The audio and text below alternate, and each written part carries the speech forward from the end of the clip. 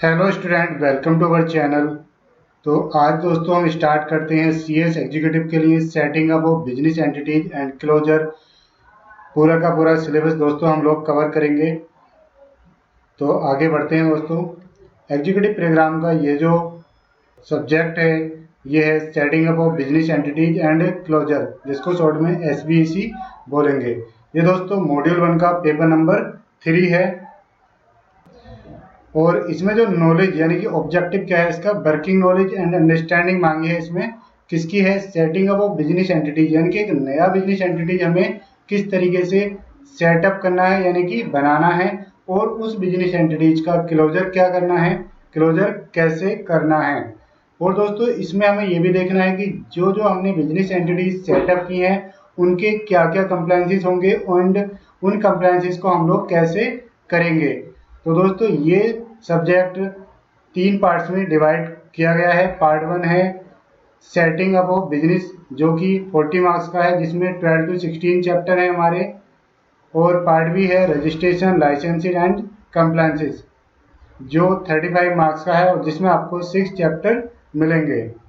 Part C है insolvency, winding up and closure of business, जो कि दोस्तों 25 मार्क्स का है, इसमें आपको 3 चैप्टर मिलेंगे।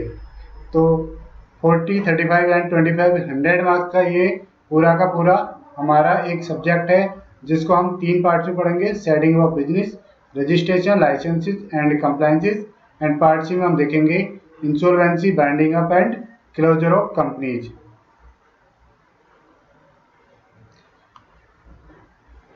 अब दोस्तों इसका हम चैप्टर 1 देखते हैं, चॉइसेस ऑफ बिजनेस। चैप्टर की पहले हम आउटलाइन देखें तो टाइप ऑफ बिजनेस ऑर्गेनाइजेशन। तो यानी कि चैप्टर के अंदर क्या क्या कंटेंट है, पहले हम 2-3 लाइन में उसको देख लेंगे। तो सबसे पहले है टाइप ऑफ बिजनेस ऑर्गेनाइजेशन, और उसके बाद है चॉइसेस ऑफ बिजनेस ऑर्गेनाइजेशन। हमें ये देखना है कि कितनी सारी बिजनेस ऑर्गेनाइजेशन के टाइप्स अवेलेबल हैं। उसके बाद हमें चूज करना है उन सारी बिजनेस ऑर्गेनाइजेशन में कि हमारी सिचुएशन को ध्यान में रखते हुए कौन सा बिजनेस हमारे लिए सही है। या फिर एज ए कंपनी सेक्रेटरी आप अपने क्लाइंट को सजेस्ट कर सकते हैं कि उनकी सिचुएशन के अकॉर्डिंग, उनकी कैपिटल रिक्वायरमेंट के अकॉर्डिंग, उनकी बिजनेस स्केल के अकॉर्डिंग कौन सा बिजनेस उनको करना चाहिए, कौन सी एंटिटीज उनको अडॉप्ट करनी चाहिए। नेक्स्ट देखते हैं दोस्तों, factors governing the decision for suitable form of organisation. हम कुछ फैक्टर्स की बात करेंगे, कुछ पॉइंट्स की बात करेंगे जो डिसाइड करेंगे, यानी जिन पॉइंट के बेस पर हम डिसाइड कर सकते हैं कि किसी पर्सन को कौन सा बिजनेस ऑर्गेनाइजेशन अपने लिए अडॉप्ट करना चाहिए, यानी कि उसके लिए कौन सा बिजनेस ऑर्गेनाइजेशन सुटेबल है। और दोस्तों company secretaries advisory role play करते हैं, अपने क्लाइंट को वो लोग हेल्प कर सकते हैं डिसाइड करने में about the type of organisation one में ऑप्ट, यानी कि वो अपने क्लाइंट को बता सकते हैं कि उनकी रिक्वायरमेंट, उनकी सारी की सारी बातों को समझ करके कि उनके केस में कौन सा बिजनेस ऑर्गेनाइजेशन उनके लिए परफेक्ट है या सही है। बिजनेस ऑर्गेनाइजेशन का मीनिंग क्या है ये दोस्तों हम अब देखते हैं।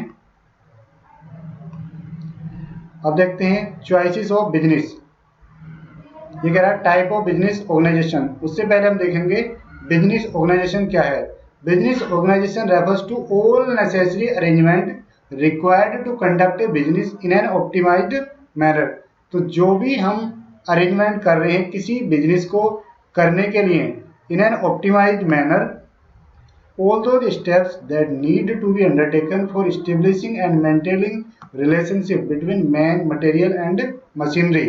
तो वो सभी क्या है दोस्तों, एक बिजनेस ऑर्गेनाइजेशन है जो क्या करता है, बिजनेस करने के लिए एक फॉर्म टाइप की हमें बनाई जाती है और जो स्टेब्लिश करता है और मेंटेन करके रखता है रिलेशनशिप किस किस के बीच में, मैन, मटेरियल एंड मशीनरी के बीच में, to carry on business efficiently for earning profits.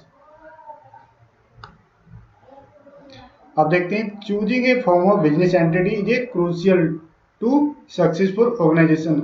यानी कि हमें देखना होगा कि जो बिजनेस ऑर्गेनाइजेशन हम चूज कर रहे हैं, अगर हमने सही बिजनेस ऑर्गेनाइजेशन चूज किया है तो वो हमारे बिजनेस के लिए एक बहुत ही क्रूशियल फैक्टर, सक्सेसफुल फैक्टर हो सकता है।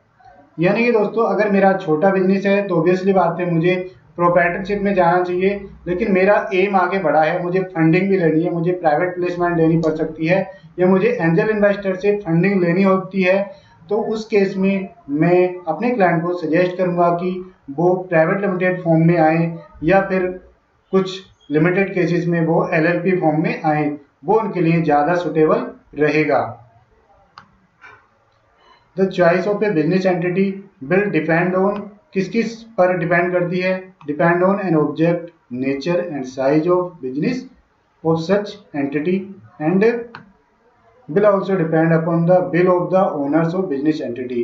यानी कि कौन सा बिजनेस एंटिटी की जो चॉइस है दोस्तों वो किस पर डिपेंड करती है, will depend on an object, क्या जो हम बिजनेस करने जा रहे हैं उसका क्या ऑब्जेक्ट है, यानी कि वो काम किस तरीके से करेगा, क्या उसका काम है, उस पर डिपेंड करता है। अगर एक उसको रिटेल शॉप खोलनी है तो प्राइवेट लिमिटेड उसके लिए कोई मतलब की बात नहीं है, उसके लिए क्या बेटर रहेगा, एक प्रोप्राइटरशिप फॉर्म उसके लिए बेटर रहेगी।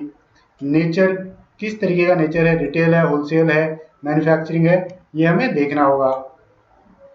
ऑफ द साइज भी देखना है कि रिटेल में भी अगर उसका चेन बेस्ड सिस्टम है, जैसे कि रिलायंस स्टैंड है, बिग बाजार है, इस तरीके के कुछ हैं, तो साइज अगर रिटेल में भी ज़्यादा है तो उस केस में भी हम उसको प्राइवेट लिमिटेड या एलएलपी सजेस्ट कर सकते हैं।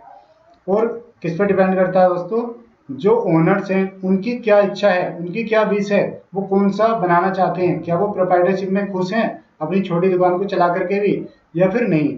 अगर वो अपनी आइडेंटिटी बनाना चाहते हैं कि हम डायरेक्टर भी हों, हमारी जो फार्म है वो रजिस्टर्ड हो मिनिस्ट्री ऑफ कॉर्पोरेट अफेयर्स के पास में, तो वो अपनी रिटेल शॉप को, सिंगल शॉप को भी रजिस्टर करा सकती हैं एज ए प्रोप्राइटरशिप की जगह एज ए प्राइवेट लिमिटेड या फिर LLP.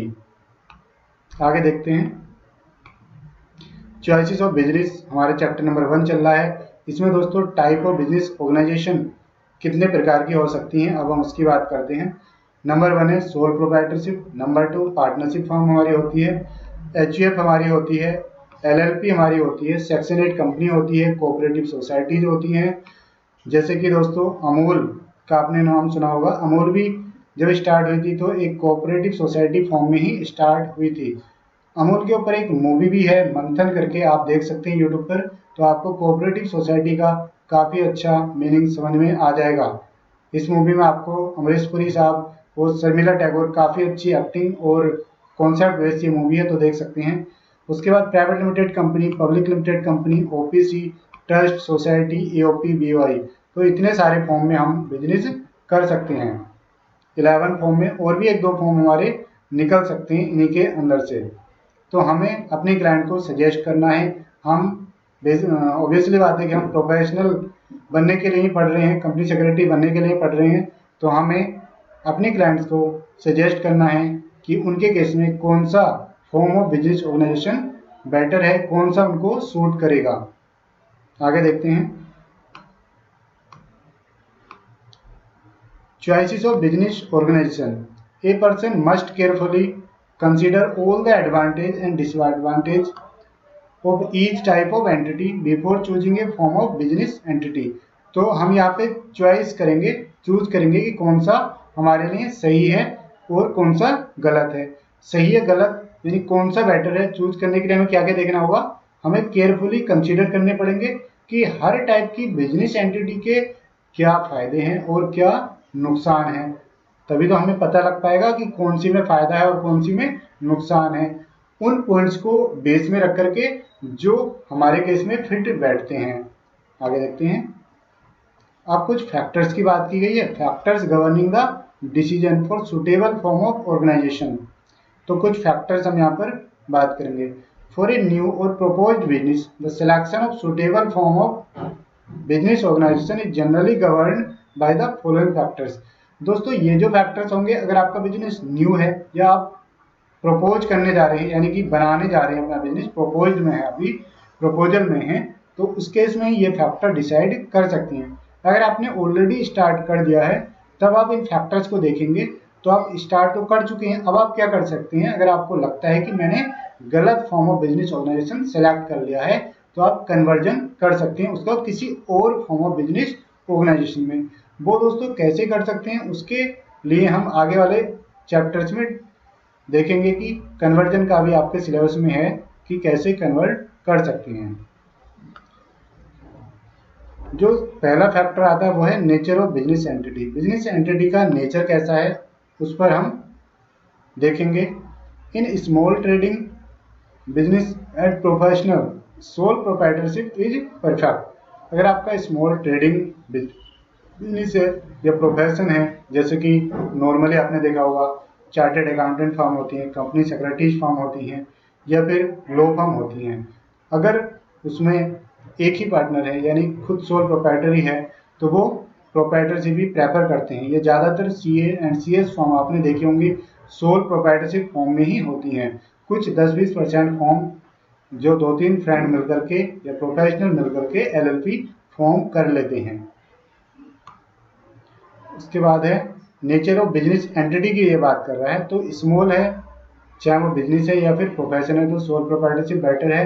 Partnership is also advantageous in case of manufacturing activities on modest scale.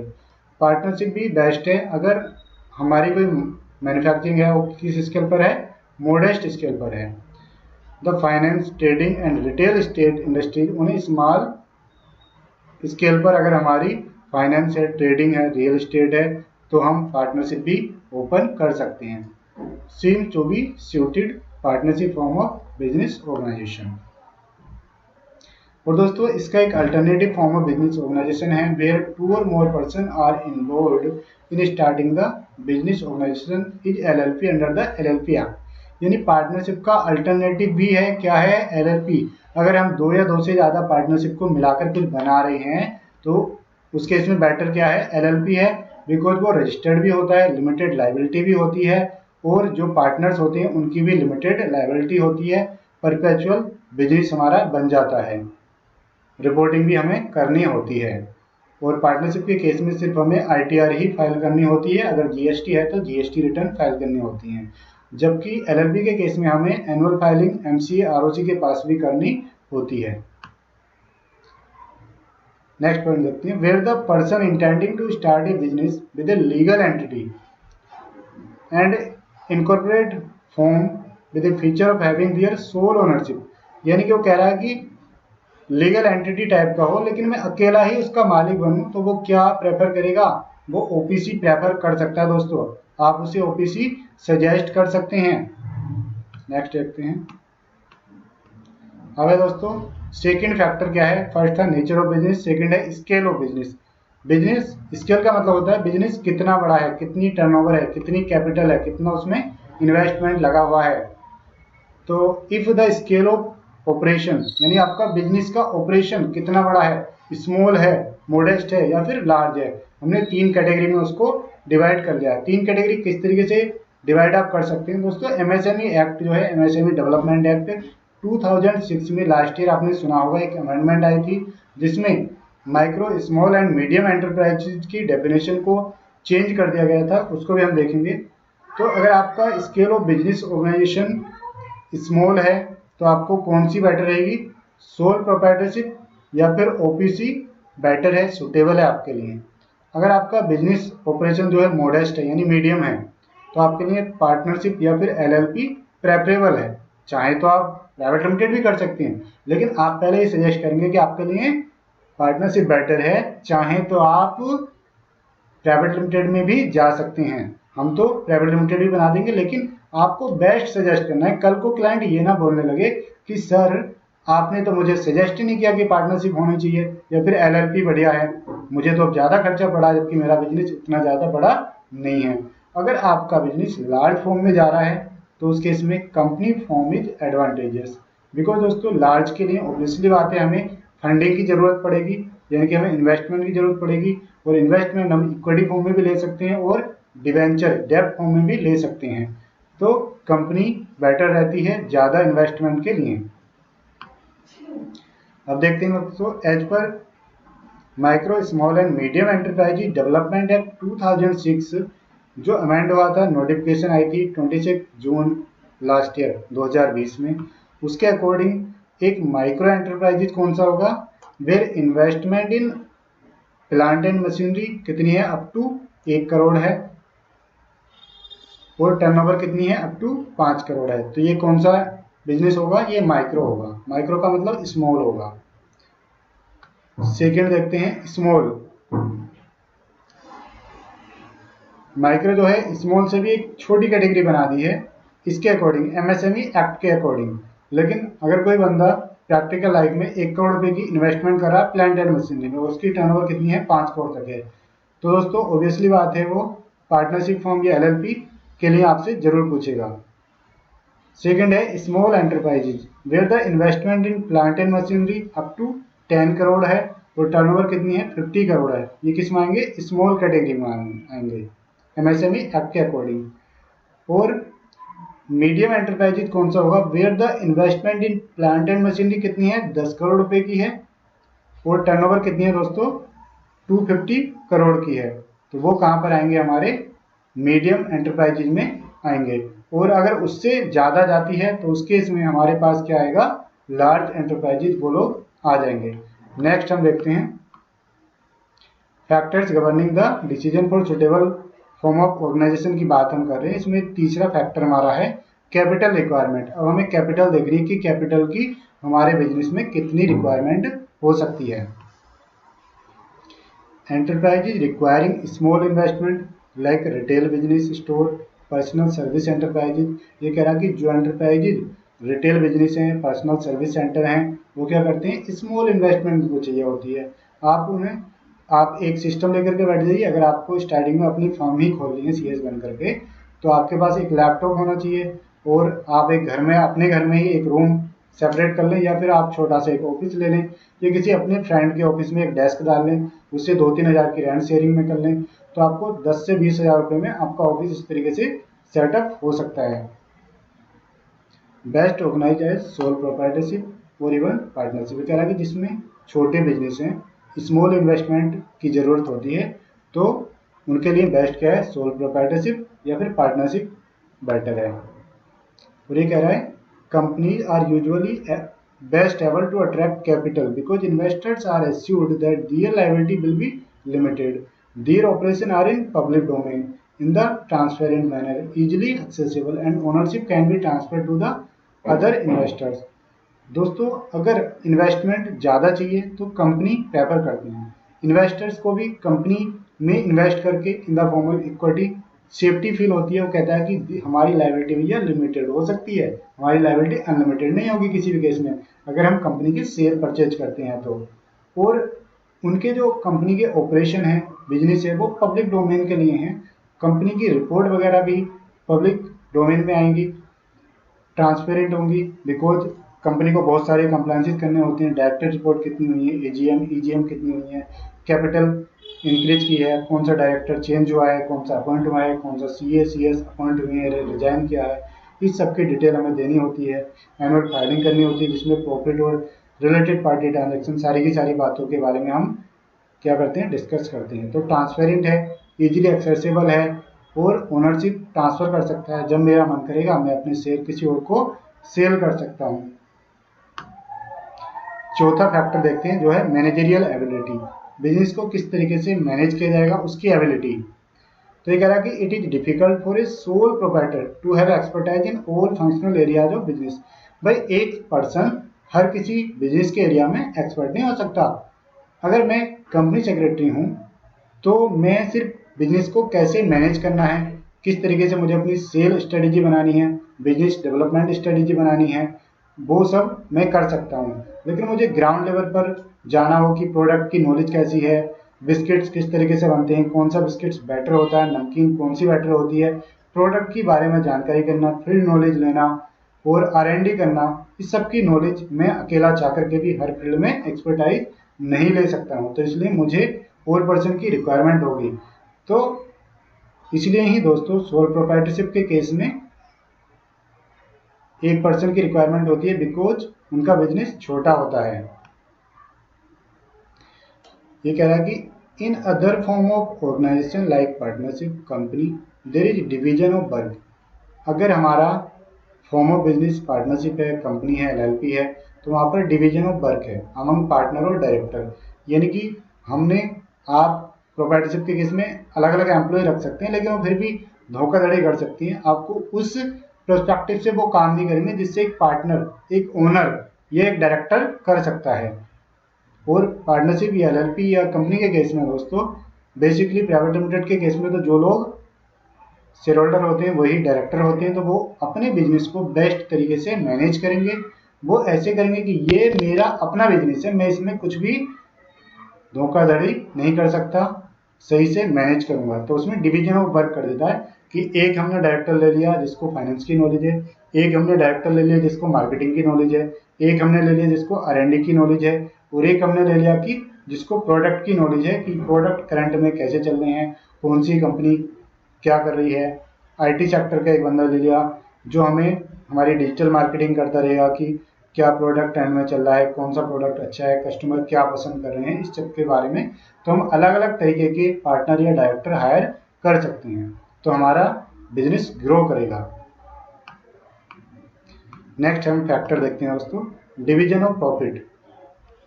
अगर एक एंटरप्रेन्योर चाहता है कि सारा का सारा प्रॉफिट मेरे अकेले की पॉकेट में आए, तो उसको क्या आप लोग सजेस्ट करेंगे? उसको आप बोलेंगे कि सर आप लोग प्रोप्राइटरशिप में जाएं, या फिर आप लीगल एंटिटी फॉर्म में चाहते हैं तो आप ओपीसी में जाएं।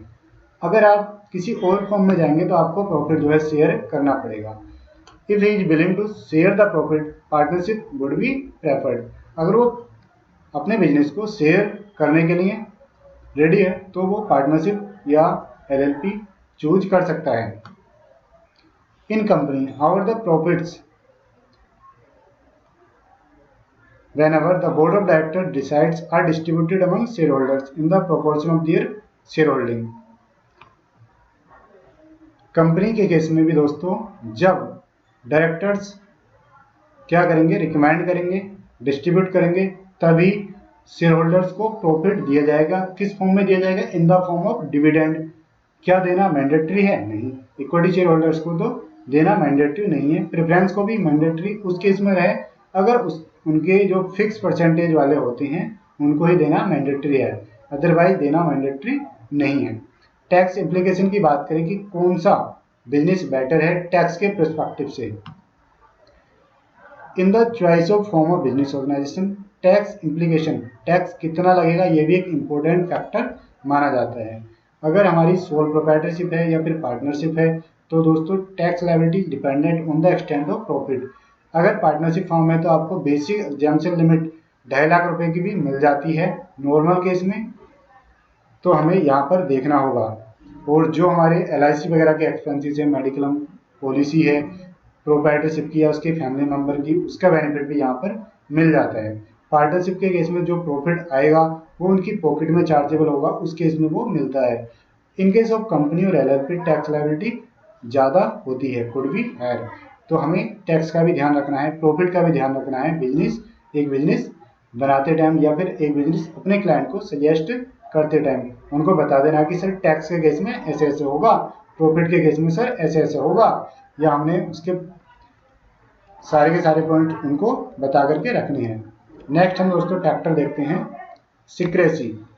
हमारी जो बिजनेस पॉलिसीज हैं उनको सीक्रेसी किस तरीके से मेंटेन हम करके रख सकते हैं। मोर सीक्रेसी, ज़्यादा सीक्रेट हम अपनी पॉलिसीज को किस केस में रख सकते हैं? सोल प्रोप्राइटरशिप में, क्योंकि उनको एक बंदा मैनेज करता है, बाकी उसके 2-4 एम्प्लॉय होंगे, उनसे वो NDA non disclosure agreement sign करा लेगा, तो वो वैसे भी कुछ डिस्क्लोज नहीं करेंगे तो फंसेंगे।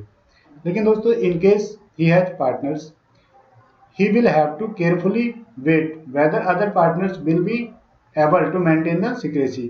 अगर पार्टनरशिप है तो वो जरूर देखेगा, केयरफुली चूज करेगा कि भी कौन सा पार्टनर उस लायक है जो सिक्रेसी को मेंटेन करके रख सकता है। In case of company other than public document, कुछ पब्लिक डॉक्यूमेंट होते हैं जैसे कि एनुअल फाइलिंग, डायरेक्टर का अपॉइंटमेंट, रेजिग्नेशन, और कुछ हमारे ऐसे डॉक्यूमेंट होते हैं जिन्हें रिपोर्टिंग करना होता है ROC-MC के पास में, लेकिन अगर आप उन्हें व्यू पब्लिक डॉक्यूमेंट में जाएंगे तो वहाँ पर शो नहीं होती हैं। जैसे दोस्तों स्पाइस, जब आप कंपनी इनकॉर्पोरेट करते हैं तो जो स्पाइस फॉर्म 32 होता है वो पब्लिक डॉक्यूमेंट नहीं होता है। और फॉर एग्जांपल LLP के केस में भी जो फॉर्म हमारा 3 होता है वो भी क्या नहीं होता है, पब्लिक डॉक्यूमेंट नहीं होता है, या फिर आपका फ्लिप फॉर्म। तो कंपनी के केस में अदर देन पब्लिक डॉक्यूमेंट हम सिक्रेसी मेंटेन करके रख सकते हैं। उसके बाद आता है दोस्तों 8वां हमारा पॉइंट है, फैक्टर है मैनेजरियल नीड। किस तरीके की हमें मैनेजरियल नीड पड़ती है? When the concern is small, जब हमारा बिजनेस छोटा है, it caters to local needs only, यानी कि ये लोकल आसपास की मेरी एक दुकान है यहाँ पे, तो मैं क्या करता हूँ आसपास के एरिया को ही इससे कैटर कर सकता हूँ, उनकी नीड्स को ही फुलफिल कर सकता हूँ। Then 1 person will be enough to manage the business, 1 person काफ़ी है भाई उसको मैनेज करने के लिए। लेकिन if business caters to more areas, then more persons will be needed to look after the various business function in various areas। दोस्तों अगर मेरी एक जो शॉप है रिटेल की, मैंने उसकी चेन खोल दी पूरे नोएडा में या पूरी दिल्ली में 20-20 चेन खोल दी, तो मुझे अपने दिल्ली में भी 4-5 एक एरिया मैनेजर अपॉइंट करने पड़ेंगे, जो एरिया वाइज उसकी परफॉर्मेंस को देखते रहें, मैनेज करते रहें, कहाँ पर क्या हो रहा है, कितना किस तरीके से बिजनेस चल रहा है, कोई कंप्लेंट तो नहीं आ रही है, उस सब के बारे में। इंडिपेंडेंस नेक्स्ट हमारा फैक्टर है। इंडिपेंडेंस हमें कितनी रखनी है? The company subject to strict government regulation. अगर आपने company form of business choose की है तो आपको गवर्नमेंट के जो बिजनेस क्या है, गवर्नमेंट के जो लीगल रूल्स हैं, लॉ हैं, रूल्स हैं, वो आपको कंसिडर करने हैं और उनको स्ट्रिक्टली फॉलो करना है। जैसे कि दोस्तों मीटिंग कितनी हुई, डायरेक्टर्स की मीटिंग कितनी हुई, अगर कोई भी डायरेक्टर साल में एक भी मीटिंग अटेंड नहीं करता है तो वो डिस्क्वालीफाई हो जाएगा। इस तरीके से काफ़ी सारे रूल्स फॉलो करने होते हैं, रिलेटेड पार्टी के रूल फॉलो करने होंगे, तो स्ट्रिक्ट कंप्लायंसेस हमें करने होते हैं, रेगुलेशन को फॉलो करना होता है कंपनी केस में। सो इफ द एंटरप्रेन्योर चाहता है कि उसे फ्रीडम हो, ठीक है, और कम से कम गवर्नमेंट की इंटरफेरेंस हो, तो उसको आप लोग क्या चूज करेंगे? आप बोलेंगे कि सर अगर आप ये चाहते हैं ना तो आप प्रोप्राइटरशिप में जाएं या फिर पार्टनरशिप में जाएं, ठीक है। अगर आप एलएलपी या कंपनी फॉर्म में जाएंगे तो गवर्नमेंट की रेगुलेशन को आपको स्ट्रिक्टली फॉलो करना पड़ेगा। अगर आप डिले करेंगे तो आपके ऊपर हैवी पेनल्टी लग सकती है सर। नेक्स्ट है दोस्तों degree of risk and liability. जितना बड़ा बिजनेस का साइज है उतनी ही ज़्यादा रिस्क हमारे पास हो सकती है। The size of risk and willingness of owners to bear it.